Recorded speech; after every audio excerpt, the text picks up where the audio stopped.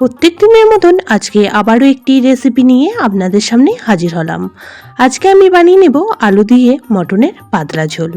সবাই বানাতে পারেন, তবে আমি কিভাবে বানাবো সেটাই শেয়ার করব। আসুন তাহলে শুরু করা যাক আজকের রেসিপি। আজকের রেসিপি বানানোর জন্য এখানে আমি 500 গ্রাম পরিমাণ মটন খুব ভালো করে পরিষ্কার করে নিয়েছি। প্রথমেই মটনটা আমি ম্যারিনেশন করে নেব। তার জন্য দিয়ে দিলাম 1/4 চামচ পরিমাণ হলুদ গুঁড়ো, 1/4 চামচ লঙ্কা গুঁড়ো, তার সঙ্গে দিয়ে দিলাম এখানে গোলমরিচ পাউডার 1/4 চামচ, আর এখানে দিয়ে দেবো 1 চামচে 2 চামচ পরিমাণ টক দই। তো সমস্ত উপকরণ দেওয়ার পর মটনটা খুব ভালো করে হাতের সাহায্যে মেখে নেব।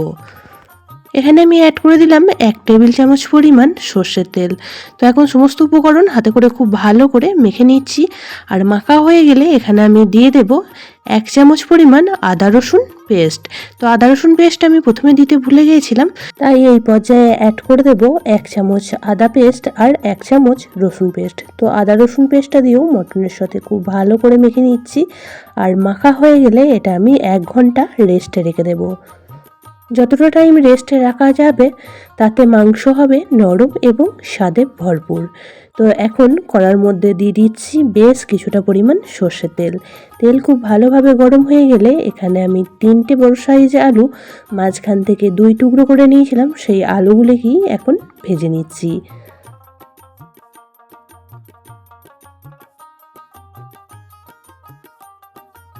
আলুর মধ্যে এখন দিয়ে দিচ্ছি খুব সামান্য পরিমাণ হলুদ গুঁড়ো, আর তার সাথেই এখানে দিয়ে দেব পরিমাণ মতো লবণ, আর দিয়ে দিলাম খুব সামান্য পরিমাণ একটু লঙ্কা গুঁড়ো। হলুদ আর লঙ্কা গুঁড়োটা দেওয়ার কারণে আলুটার কালারটা কিন্তু খুবই সুন্দর আসবে। আর এই পর্যায়ে অবশ্যই করে হলুদ আর লঙ্কা গুঁড়ো দিয়ে আলুটা ভেজে নেবেন, তাতে করে কালারটা কিন্তু দুর্দান্ত হয়। তো আলুগুলি এই পর্যায়ে ভাজা হয়ে গেছে, এখন একটা পাত্রে তুলে রাখছি।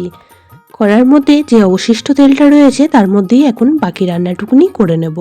তো ফোড়ন হিসাবে এখানে আমি ব্যবহার করেছি একটা তেজপাতা, 3টে ছোট এলাচ, একটা দারচিনির টুকরো, আর তার সাথে দিয়ে দিয়েছি বেশ কিছুটা পরিমাণ লবঙ্গ। তো ফোড়নগুলিকে খুব ভালো করে ভেজে নিয়েছি। ফোড়ন থেকে মিষ্টি গন্ধ আসলে এখানে আমি 4টে বড় সাইজ পেঁয়াজ একটু পাতলা পাতলা স্লাইস করে কেটে রেখেছিলাম, সেই পেঁয়াজগুলি অ্যাড করে দিলাম।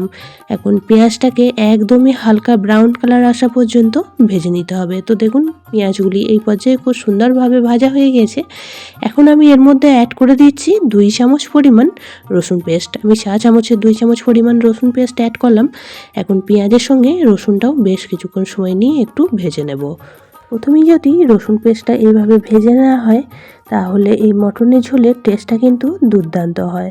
তো রসুনটা ভেজে নেওয়ার পর এখন আমি অ্যাড করে দিচ্ছি 2 চামচ পরিমাণ আদা পেস্ট। এখানে আমি 4 চামচের 2 চামচ পরিমাণ আদা পেস্ট দিয়ে দিলাম। এখন সমস্ত উপকরণ খুব ভালো করে কষিয়ে নিতে হবে।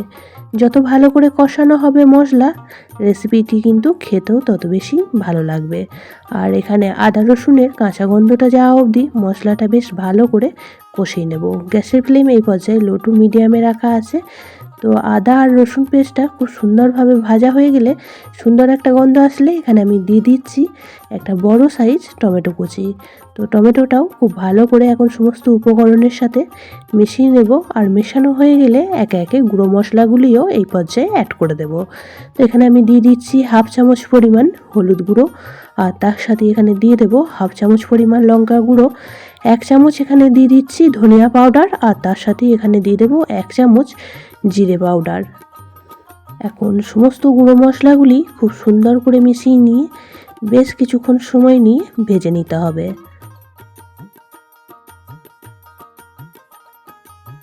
মশলাটা যাতে সুন্দরভাবে কষানো হয় তার জন্য এখানে আমি অ্যাড করে দিলাম বেশ কিছুটা পরিমাণ জল।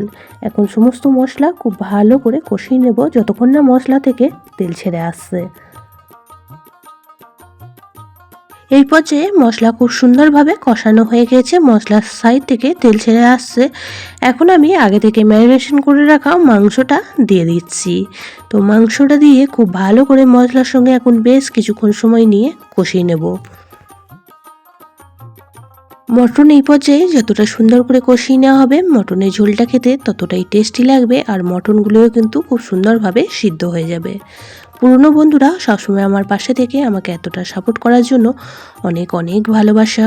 নতুন বন্ধুরা যারা চ্যানেলে ভিজিট করছেন, চ্যানেলটি এখনও পর্যন্ত সাবস্ক্রাইব করেননি তাদের কাছে অনুরোধ রইল চ্যানেলটি সাবস্ক্রাইব করে পাশের বেল আইকনটি অল করে দেবেন, তাহলে আমি যখনই কোনো ভিডিও দেব নোটিফিকেশন সবার আগে আপনাদের কাছে পৌঁছে যাবে।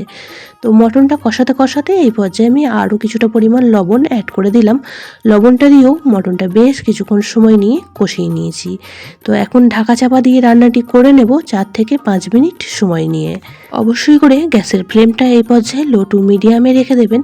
তো 5 মিনিট পর ঢাকাটা খুলে নিলাম, আর দেখেই বোঝা যাচ্ছে মটনটা খুব সুন্দরভাবে তেল ছেড়ে গিয়েছে আর কষানোটাও হয়ে গিয়েছে। আবারও একবার ওপর নিচ খুব ভালো করে নাড়াচাড়া করে মিশিয়ে নিচ্ছি। এই পর্যায়ে অ্যাড করে দেব আগে থেকে ভেজে রাখা আলুগুলি। আলুগুলি দিয়েও বেশ কিছুক্ষণ সময় নিয়ে একটু ভালোভাবে কষিয়ে নেব। একদমই সহজ সরল একটি রেসিপি, ঘরে থাকা সামান্য কিছু মশলা দিয়েই তৈরি হয়ে যায় দুর্দান্ত স্বাদের এই মটনের ঝোল। প্রত্যেকেই বানাতে পারেন, তবে আমি কিভাবে বানালাম সেটাই আজকে শেয়ার করলাম। মটন আলু খুব সুন্দরভাবে কষানো হয়ে গেছে। এখন আমি মটনটা প্রেসার কুকারের মধ্যে ট্রান্সফার করব আর পরিমাণ মতন জল দিয়ে 5টা হুইসেল মেরে নেব। আপনারা চাইলে এই কাজটা কড়াতেও করে নিতে পারেন। এই পর্যায়ে কিছুটা পরিমাণ জল অ্যাড করে ঢাকা চাপা দিয়ে মটনটা সিদ্ধ করে নিতে পারেন। তবে আজকে রান্নাটা আমি প্রেসার কুকারে করে নিচ্ছি, তাতে করে সময়টা অনেকটাই কম লাগে। তো প্রেসার কুকারের মধ্যে দিয়ে দিলাম মটন আর আলু। এখন দিয়ে দিচ্ছি বেশ কিছুটা পরিমাণ জল। তো এখানে মটনের লেয়ার বরাবর জলটা দিয়ে দেবেন, তাতে করেই কিন্তু ঝোলটা খুব সুন্দরভাবে তৈরি হবে। খুব ভালো করে একবার নাড়াচাড়া করে মিশিয়ে নিচ্ছি, তারপর গ্যাসের উপরে বসিয়ে 5টা হুইসেল লাগিয়ে নেব। তাতে করেই কিন্তু একদমই রেডি হয়ে যাবে মটনের ঝোল। 5টা হুইসেল লাগানোর পর বেশ কিছুক্ষণ সময় রেখে দিয়েছিলাম, আর এই সময় স্টিমটাও একদমই বন্ধ হয়ে গিয়েছে আর মটনগুলিও কিন্তু খুব সুন্দরভাবে সিদ্ধ হয়ে গিয়েছে। আর কালারটাও দেখুন কতটা দুর্দান্ত এসেছে। একদমই রেডি হয়ে গেল মটনের রেসিপিটি গরম গরম ভাতের সাথে পরিবেশন করার জন্য। খুবই সাধারণ আর সহজ পদ্ধতিতে আজকের রেসিপিটি শেয়ার করলাম। কেমন লাগলো অবশ্যই কমেন্ট বক্সে জানাবেন। বেশি ভালো লেগে থাকলে একটা শেয়ার করে দেওয়ার অনুরোধ রইল। সবাই খুব ভালো থাকবেন, সুস্থ থাকবেন। আবারও দেখা হচ্ছে অন্য কোনো ব্লগ বা রেসিপির সাথে। ততক্ষণের জন্য সবাইকে টাটা।